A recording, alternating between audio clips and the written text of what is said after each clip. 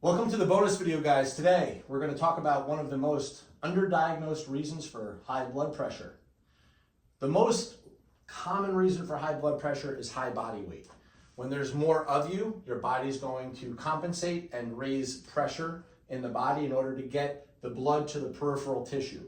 So losing weight is always the easiest way to lower your blood pressure.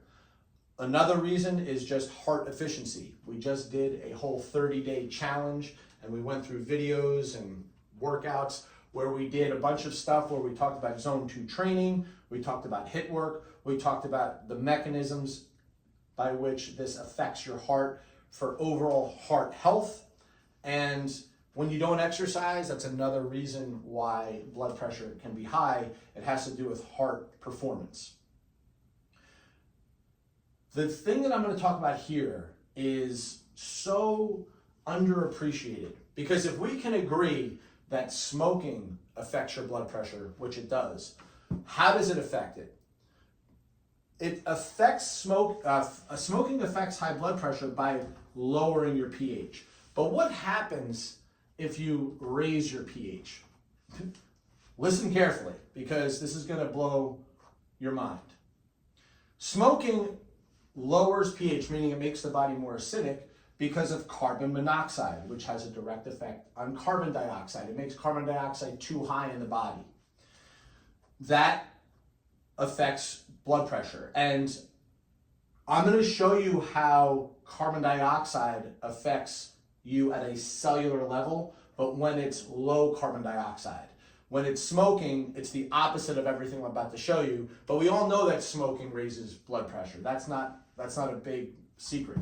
Here's what is a big secret: low carbon dioxide. How does that happen? Well, it's one of the most common things in society that we see, and it goes underdiagnosed, but it's one of the most talked about topics here at Fit for Life. It's called this posture right here. When we sit like this and we breathe shallow, we're breathing in 15, 20 breaths a minute. That's shallow breathing.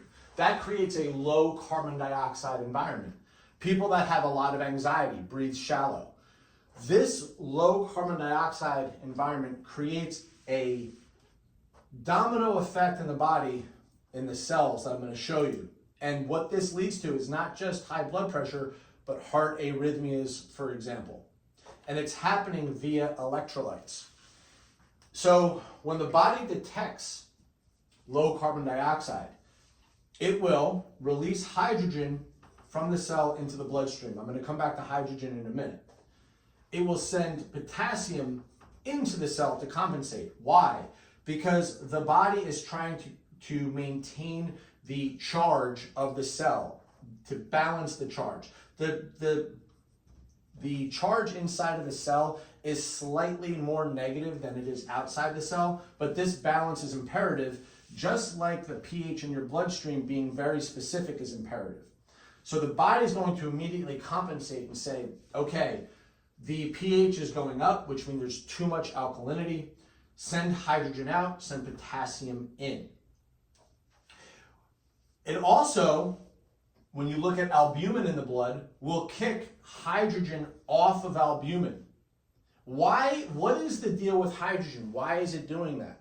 I'm going to explain. It goes back to what we talked about over here. Those of you that did the Hunt for Red October challenge, complex 4 in the mitochondrial chain, which is where it's the final acceptor where hydrogen gets bound to oxygen in order to create water. Well, what is happening when you exercise really, really hard, when you're doing that HIIT work, when you're burning out reps? You have a lack of oxygen, right? It's literally anaerobic activity. When this happens, you don't have oxygen to bind to hydrogen. What's the experience? You feel burning in your legs, burning in your arms, depending on what you're doing. The burning is not coming from lactic acid. The burning is coming from the buildup of hydrogen. Hydrogen is acidic, meaning it's how the body creates the acidity. It's how it fixes the pH. It helps lower the pH back down. That's why the hydrogen comes out of the cell. That's why the hydrogen gets kicked off of albumin. The body is saying we need more hydrogen. The problem is is that now you take potassium from the bloodstream and put it into cells. So you're creating a hypokalemic state in the blood. But what's even more catastrophic is that now that this pH has changed in the bloodstream and albumin is kicking the hydrogen off, it creates the scenario where now there's more affinity for magnesium and calcium to bind to the albumin instead.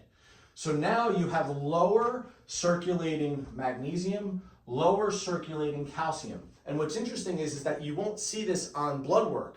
It will say there's magnesium there. It'll say that there's calcium there. The problem is it's being bound, so it's not free. That's a problem. So when it comes to electrolytes and heart pumping, calcium is the constriction factor. Potassium is the relaxation factor. Magnesium is sort of like the reset switch. When you mess with these electrolytes in the way that we're describing, and this absolutely happens exactly this way, this will lead to not only high blood pressure, but heart arrhythmias. I'll talk about this more tomorrow, but that's a good starting point.